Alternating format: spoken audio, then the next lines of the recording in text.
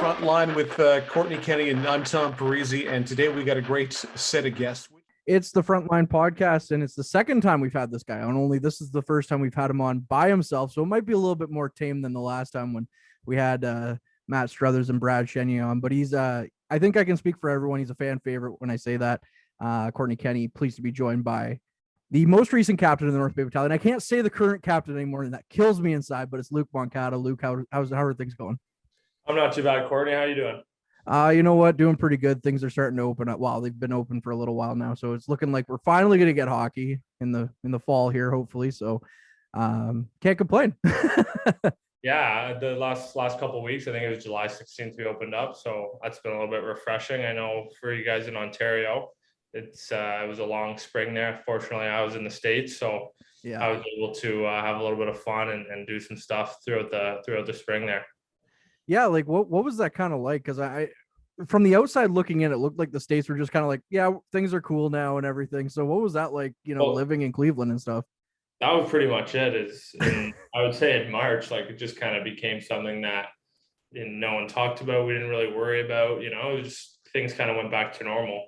And I know now they're struggling again with high COVID numbers, but they just kind of stopped reporting. It wasn't on the news. It wasn't on TV. Like you just didn't really see anything about it. And the way the restrictions were there reflected that. Like there was nothing, I was back restaurants full in March and April. So being there was awesome. And then I come home and we were still in lockdown here. So that transition sucked going back the other way. But like you said, fortunately the last couple of months we've opened back up and it's been a little bit of fun here this summer. Yeah, I was gonna say, what was I assume you had to go through the whole quarantine and everything coming back. What was that whole experience like for you? Oh, it sucked. Thankfully, the weather's kind of was turning. It was in May, so summer was kind of coming, and I was able to go on a walk and do stuff around my own house outside. I have a pool, and I'm sitting out by the pool hanging out. But if it was in the winter, I would have been sitting in my living room or in my bedroom 2 weeks straight playing video games. But yeah, it sucked. It sucked a lot because living there 2-3 months of back to normal and then coming back here and lockdown, quarantine, all that. And I'd been vaccinated and all that stuff. So that 2-week quarantine sucked. But once it got over with, it kind of aligned nicely with us entering stage 1. So by the time I finished my quarantine, we came out of lockdown and kind of got the summer going.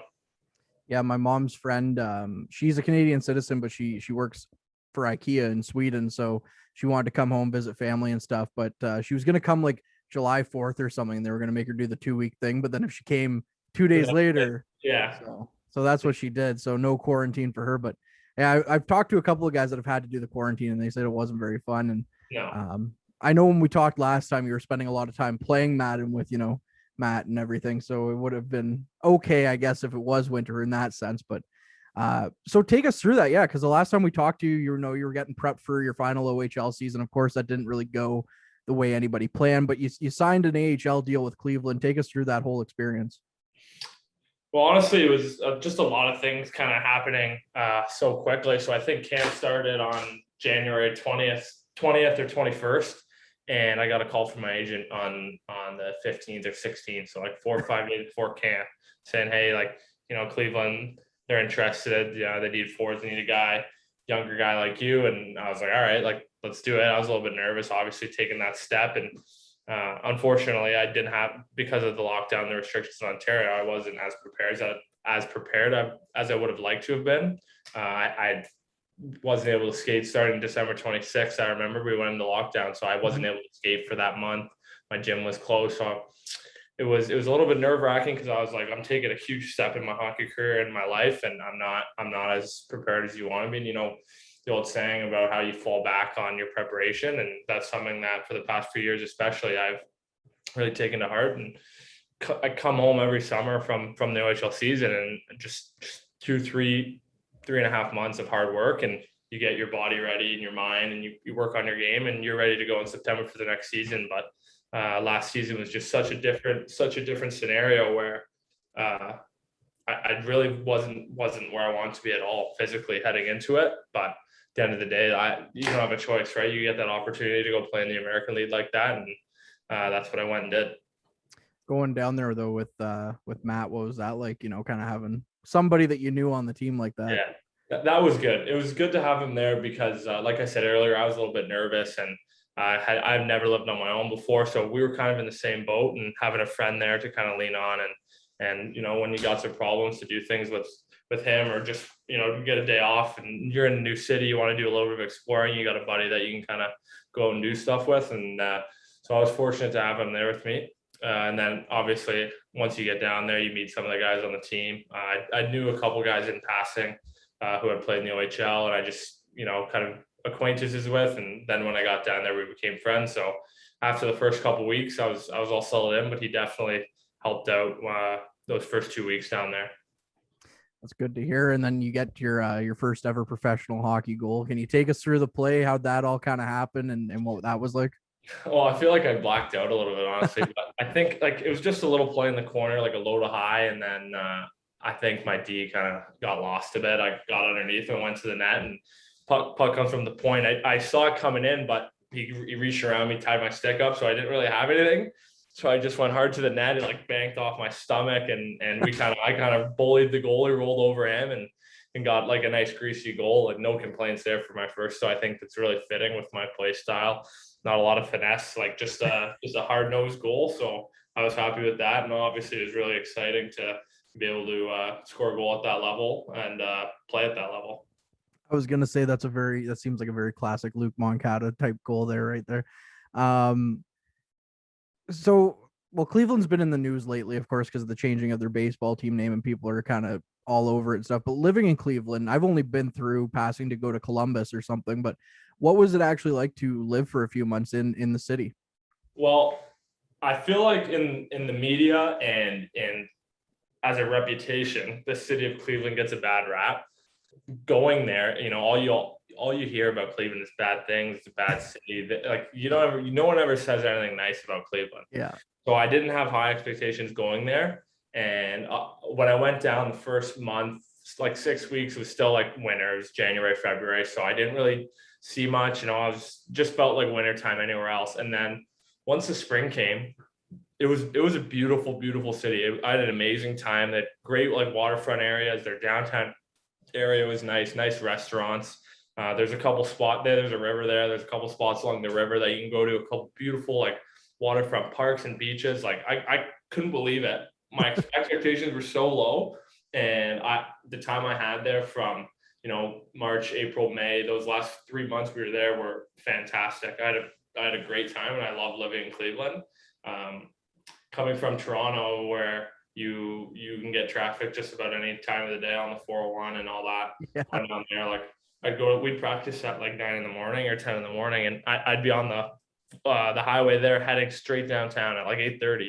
So my first day, I'm thinking, okay, like we're gonna run into some traffic. I left like an hour early, and the drive, not 1 minute of traffic, just smooth sailing right into the downtown core at 8:30 in the morning. I was like, this is beautiful, because, you know, in Toronto, you leave at 8:30 and try to go downtown, it'll take you 2-3 hours. So I got to the rink really early that day.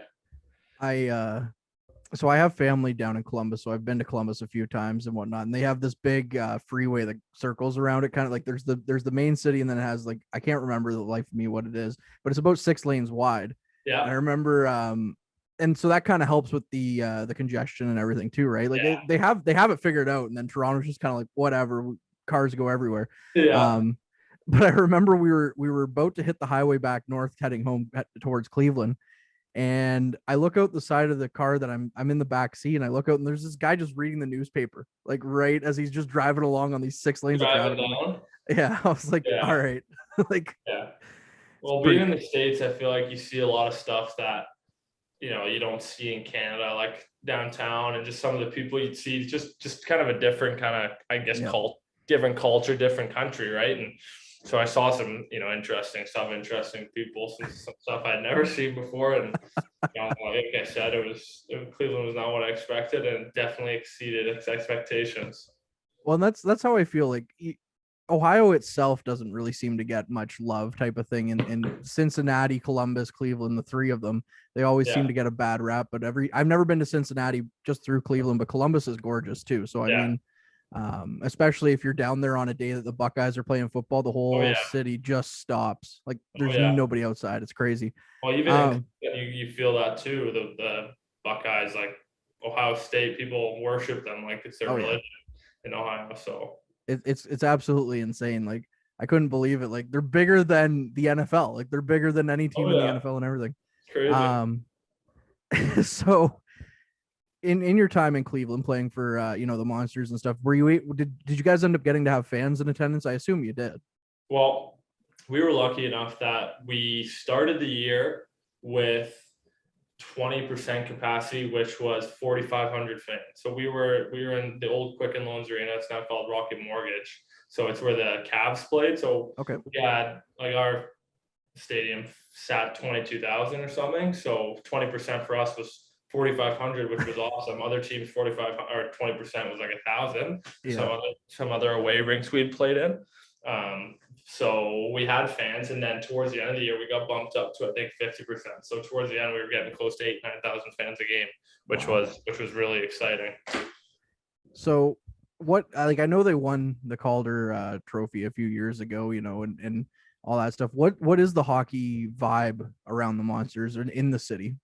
I was surprised, but Ohio's I think a really good sports state, and they've got the Cavs, they've got the Guardians, the baseball team, they've got the Browns there, but the Columbus is just a little bit too far away for the kind of hockey fans in that Cleveland area to go there. So I think like the hockey fans in the area just treat the Monsters like their NHL team. So I think in a normal year they get 10-12,000 fans a night, which is more than some NHL teams get. There's I thought a really good amount of support.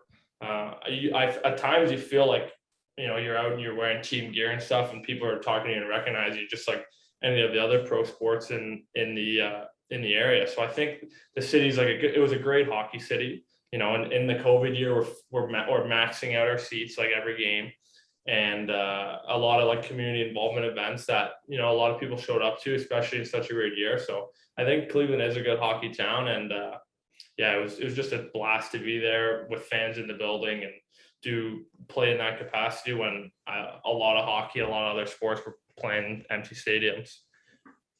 Did you the baseball fan of me wants to know, did you get a chance to take in any of the games when you were there? Yeah, I went to a Cavs game and I went to an go. Indians game. The Indians game was beautiful. That's a beautiful ballpark there. Yeah, Progressive Field. It was awesome. They Yeah. played the Kansas City Royals, and it was a great game. They won 4-2, and I can't remember whoever their slugger is hit two home run shots, and then they send the fireworks going. That stadium was beautiful. It's right the hockey rink and the baseball field are right beside each other. So it's a nice little downtown area they have there, and it got to go to that. And then, like I said, it got to take in a Cavs game as well. When you went down for the Cavs game, was it kind of weird to see it set up for basketball after playing there, playing hockey and everything? Yeah, like you just see the stadium kind of transforms, all the banners and all this. It's such a new building, so much money in it that like everything is virtual. It's all screens, right? So what it looks like when we're in there is like it's totally different from when the Cavs are playing. Everything's obviously lit up in the Cavs colors, and to see the court looks so small compared to the ice, it takes up such a smaller area. It was weird to see the kind of building transform like that when they were in using it versus us. All right, so I know it's been making the rounds a little bit, but you have your next destination in your hockey career set up and good to go. If you don't mind, just kind of explaining where you're going and then what you're going to be doing in the fall. So in the fall, I'm going to be playing for the University of Acadia in the AUS, taking kinesiology there. I just thought that was a logical next step for me. I didn't want to force it and, maybe play in a lower level pro league. The OHL offered me a great education package. And I think, after talking with my agent, with my parents, and, just deciding what's best for me that's a logical next step. My mom and dad obviously want me to get my education. I see the value in that, and the OHL does a great job in providing that education package to its players. And I have 5 years of school paid for. I played 5 years, and even though I didn't get to play this last fifth year, the battalion still honor as if I did. So I couldn't afford to put that package to waste. Obviously, if I had, an opportunity to sign an NHL deal or anything, then that's the path it would have went down. But unfortunately, that wasn't available, and so going to Acadia was the next step for me. After talking with the coaches there and some other schools, I felt that they had a great opportunity there to continue to get better. They developed their players there. Great. They got a great coach in Darren Burns, and they're hosting the national championship next year, which I thought would give me a great opportunity if I went in there after getting a good summer of work in this summer. If I went in there and played well and performed, that I'd give myself a great opportunity to, play pro. And at the end of the day, that's kind of where my head's at, is if I can get my education and still give myself the opportunity to become a better hockey player and pursue that path. And that's what I'm going to do. And that's kind of what brought me to Acadia. Well, and I was just going to say, we had Matthew Santos on a while ago, and he talked about how he couldn't afford to, same thing as you, couldn't afford to put the education on the back burner. And I think a lot of people don't really realize that the pro route is still an option afterwards. Oh, for sure. For sure. Like, yeah, like, some people might think of it, oh man, I'm going and taking that education package, but yeah, you always have, like, your agent's going to be working it for you. You're going to be playing hopefully great hockey for Acadia and everything. And it's going to be hopefully, down the road, they're going to give you another crack at the can. And I think everybody in North Bay would like to see you, at another level. Like, I'm sure a lot of them were watching with with excitement in Cleveland. As a Blue Jackets fan, I certainly was. So nice. Even though, well, Leafs and Blue Jackets, but now the Leafs suck, so I'm not a big Leafs fan anymore. But well, good luck with Columbus. But yeah, like you said, it's definitely by no means the end of the road for hockey. I know the CIS as a whole continues to get better every year, and that division out there, the AUS, it's a small division. It's only 7 teams, and yep. A lot of the top, CHL, WHL, OHL, Quebec, that's their destination to go to university, and it's highly competitive, and the schools invest and put the money into these programs to continue to develop players and to attract players. And I think that's exactly what they've done here. Is, I was on the cusp of, having the opportunity to play in the American League or sign a deal there. And we kind of just come to an agreement that we're gonna, meet up, and for the next 4 years or however long I'm there, we're going to work together, and I'm going to try to help them. We want to be a winning program, and they're going to help me develop and become a better hockey player. And while that happens, I get my education, I get a good university degree. So I think it's a win-win going out there. Absolutely. And just for the record, so for people that might not know, that's in Nova Scotia, right? Yes, it's about an hour from Halifax. It's a town called Wolfville. So you're going to be out there playing against the Pilon twins, aren't you? Yeah, I think they go to I can't remember what school they went to, but I do know they're out east somewhere. I don't know exactly where they are. Maybe UPI. I'm not too sure. That's where I heard. Yeah. Yeah, I remember I was looking at rosters and stuff when I was trying to make a decision, and I think they're going to be out there. I've never feared those guys, though. I know some other battalions have had some problems with them in performance when they're on the other team. I've never had any problems with those guys, so I'm not too worried or thinking about them too much. Well, that's good to hear. Definitely a big win on the North Bay side to hear you say that. So, but going out there taking kinesiology, how weird is that going to be? Kind of juggling that with your hockey. Well, it's been a while since I've been in school in a full-time capacity. Yeah. So it's going to take some transition easing into, but it's something that I'm really interested in. Obviously, being an athlete, you take a big chunk of your life goes towards taking care of your body, and I've just kind of developed an interest for it. I've been working out with a strength coach for 4 or 5 years, so you get a lot of information from a guy like that, and then obviously it's your physiotherapy and my chiro guy, half people, and it just kind of piqued my interest. So that's the program I chose, and I know it's going to be difficult to transition to get back into the whole school ebbs and flows, and being able to balance between being at the rink and working on my game and taking care of my education. But I'm not too worried about it. And I've always been a strong student. And I know if I have the right habits and work ethic there, like I do with hockey, that I'll be fine in the classroom. When you played for North Bay and Guelph, you weren't very far from home. Even Cleveland wasn't very far from home. How are your parents kind of taking it? You're going out east? Oh, they keep joking that they're gonna come for their drive with me, and that they're gonna come live with me. My mom's worried I'm gonna be so far away. She was so sad she wasn't able to come to Cleveland and watch me play last year. I felt bad for her, so I think they're gonna make maybe a trip out of it. I don't know if they've ever been to the East Coast, so I think they're gonna make a trip out of it and try to get out there for the national championship in March with Tom and Deidre, my billets. They're thinking about maybe coming out, so I know my mom's a bit worried she's not gonna be able to see me for. She's not gonna be able to see me for a few months, but it's okay. We got now a year and a half into the pandemic. We've all got Zoom figured out and FaceTime and all that. So we'll stay in touch, and yeah, hopefully they get a chance to come out to the East Coast and see me at some point during next season. You yourself, on when you were making the decision, did you get a chance to go out there, or is this kind of through virtual meetings that you figured this all out?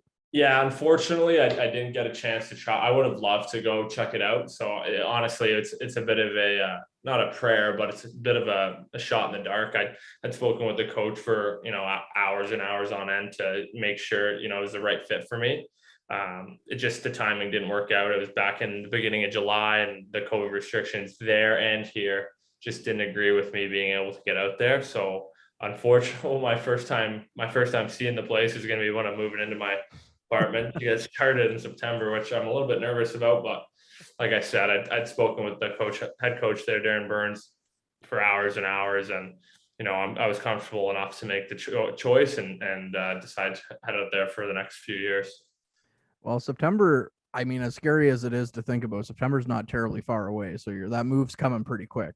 Yeah, I think I'm heading out there. What's today? The 28th, 29th. 29th. Yeah, I'm heading out there in just under 4 weeks. The 23rd, Wow. I'm leaving. Yeah, so.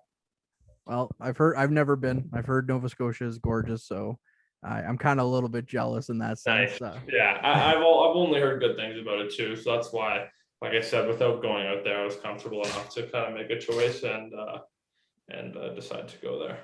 There you go. So last time we talked, I already kind of alluded to this. You were getting prepared for what would be your overage battalion season. Of course, it kind of never came to fruition. You went down to Cleveland and played. But when the news finally came down, because I believe the plan was you were going to come back up, like all the players were going to get recalled. When the news kind of came down that was it, there was no season, what was kind of your reaction? Like you weren't going to be able to put on the jersey again? Yeah, well, that was a sad thing. It was a weird scenario because as time went on, and obviously when I first went down to Cleveland, it was with the expectation that I would be heading back and maybe it was going to be a month, 6 weeks, and we were going to play a year. And that's kind of where my head was at. And that's where my focus was. And then as time kind of wore on and things kept getting pushed, I kind of figured in my own head that I just said, hey, we're not going to play. And that was where my head was at. Obviously, I still wanted to come back and play for North Bay, but kind of spare myself a little bit of the pain. And, I just was like, you know what, have the mindset that we're not playing. And if we don't play, I'll be okay with that. And then if we do play, it's kind of it'll be a nice little treat. I was happy to be in Cleveland. I was having a great time there, and obviously to play at the American League level, I felt I was developing a lot as a player, and I didn't want to come back and play in North Bay in a capacity where maybe with the COVID restrictions and stuff, it would not be A, enjoyable, or B, like worth me leaving the American League. So I was a little bit worried about that. And then once, I think it was into March or April when they finally were like, okay, like we're not. Yeah, it was April.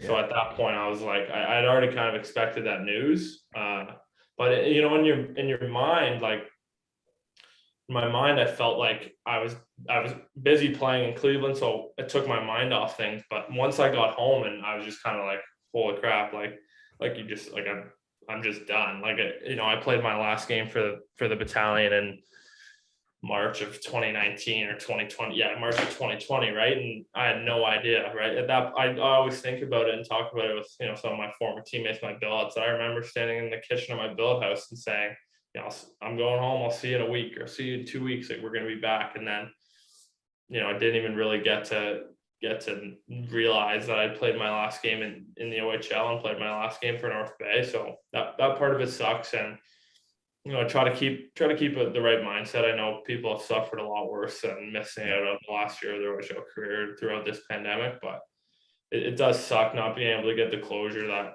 you see guys throughout my whole career. You see the always getting, they get the painting and just kind of what that last year is all about. And I was really looking forward to that, and I was excited.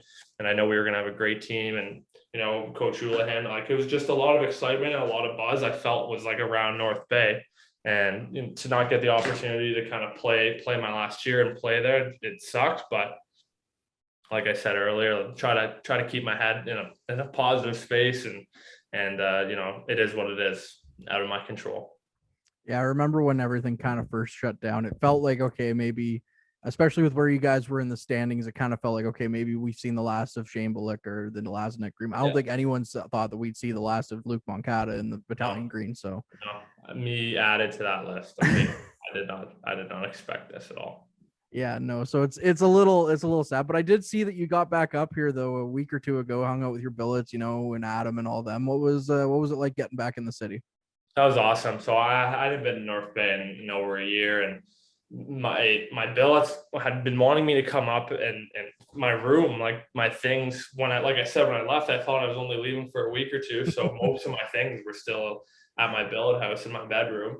So I needed to definitely come up and do that. And obviously anytime I can come to North Bay and see whether it's Adam and Uli and the coaching staff, my billets, some of the other billets, some of the other players who are around in town, I love to come up and spend the weekend there. North Bay is beautiful in the summer. You get to spend some time on the boat there and have that little dinner. And then obviously spend some time in my billet house. So it's always great to come up and see some old friends, some old faces that, for 4 years in North Bay, I spent every day with these people. So it was great experience, great time. And I'm sure I'll be making my way there once or twice a summer for the next however many years to come. I know you guys, like you mentioned, went out to the boat for dinner and whatnot. But anytime I stood next to Tom in the box, he was always talking about, they had Grecos, so they went out and scored 4 goals. Was there any Grecos? I gotta know that much.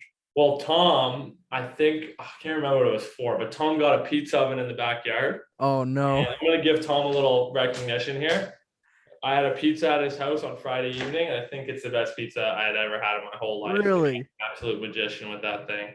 So kudos to Tom. Indeed, they can make a good pizza. And if next year, if you're in the box with him, I'm not sure if is he still doing the photography? Have you spoken with him? I haven't heard if he is or not. If he's still doing the photography, make sure he brings you a pizza, because that guy, him Indeed, they can whip up a damn good pizza. If he doesn't, I'll be a little bit offended. I'll make sure you let him know, because if you don't have it, you're missing out. All right, I'm putting it out there right now, Tom. If you're listening to this right now, Tom, you're making me a pizza. You owe me a pizza, nice. Yeah. So, yeah, I mean, but coming up to North Bay, what you mentioned, you're planning on coming back up. What are some of the things that you think you're going to miss the most about being in and around the city? Well, first and foremost, it's the time you spend with your teammates. That's something that I think that most people, that's not really something that you experience. But when you play in the OHL and you're playing for a team, especially in a town like North Bay, where especially in the winter, there's not too much going on. We're spending, my teammates, whoever, my closest friends are on the team, we're spending 13 hours a day together, 14 hours a day together every single day for 8 months straight. So you just build a bond, and you're living a sort of lifestyle, and your routine is just, you're with these guys and they truly become your brothers, and you spend all day with them. And it's just a blast being on that schedule of, we work out in the morning and then you get to go to the rink, and you're young and you're experiencing all this stuff that the OHL has to offer. And now that it's over, I feel like I almost took it for granted that I was having the most fun I've ever had in my life with these people. Obviously I'll miss my billets.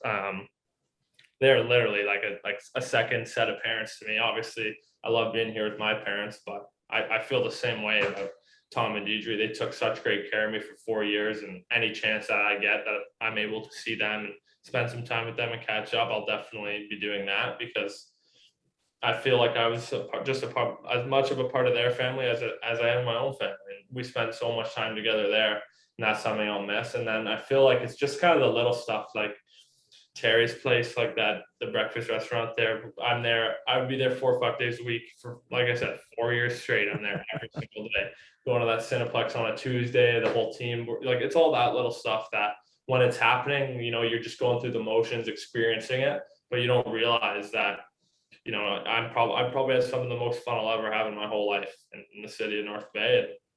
And any chance I get, I would love to come back up. And anytime somebody asks me about North Bay, I have nothing but good things to say.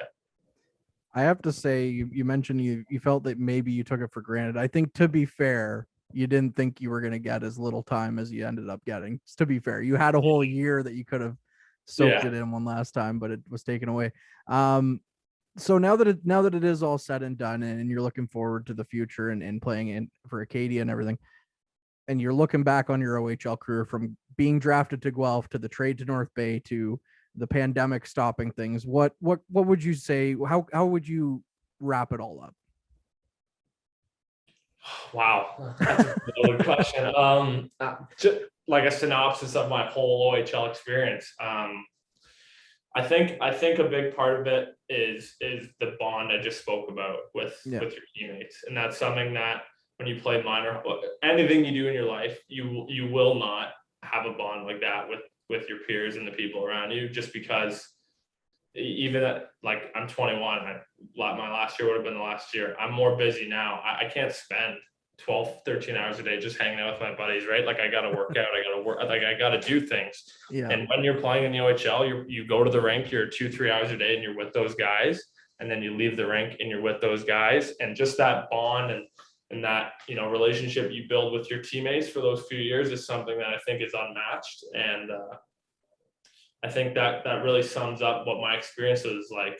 And when I think about my time in North Bay and even in Guelph, is that's the stuff that you remember, is the time spent with those guys and the relationships built.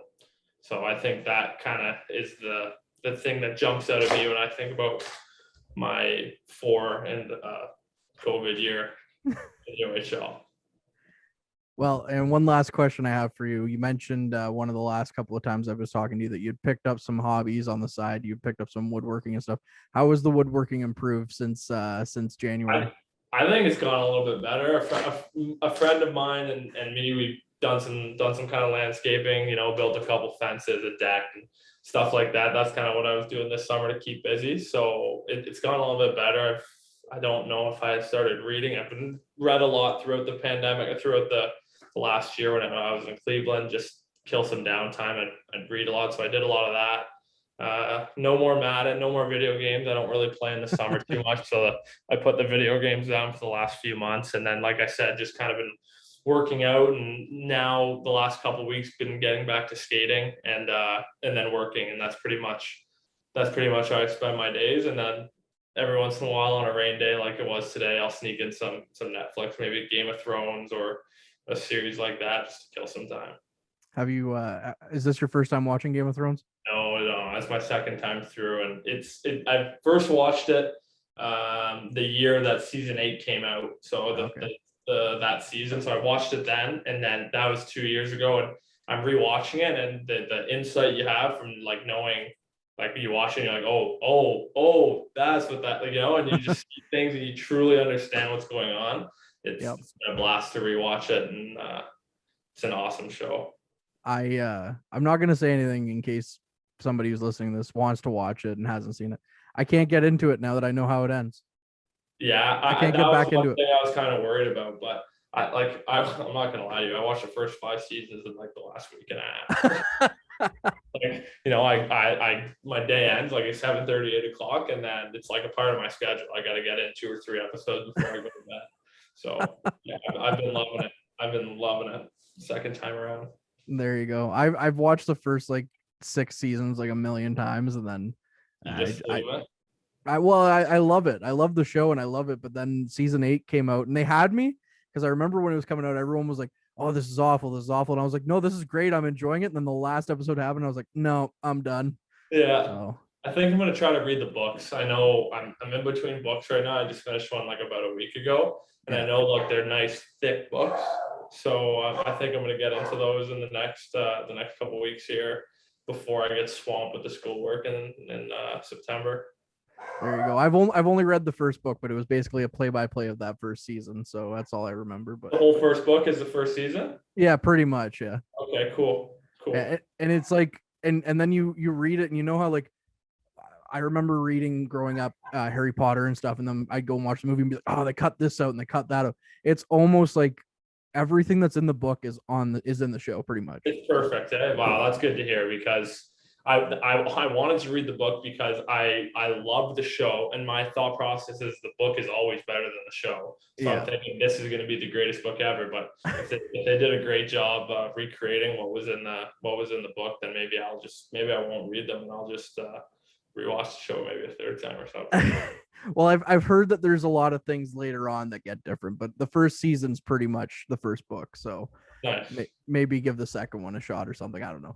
Anyways, Luke, it's always great catching up with you, and I'm sure we're going to be paying attention to you playing out in Acadia this year. And kind of sad we didn't get to see you on the ice, just one last time with the battalion, but we really appreciate you taking the time here tonight. Awesome. Thanks, Courtney. Thanks for having me on.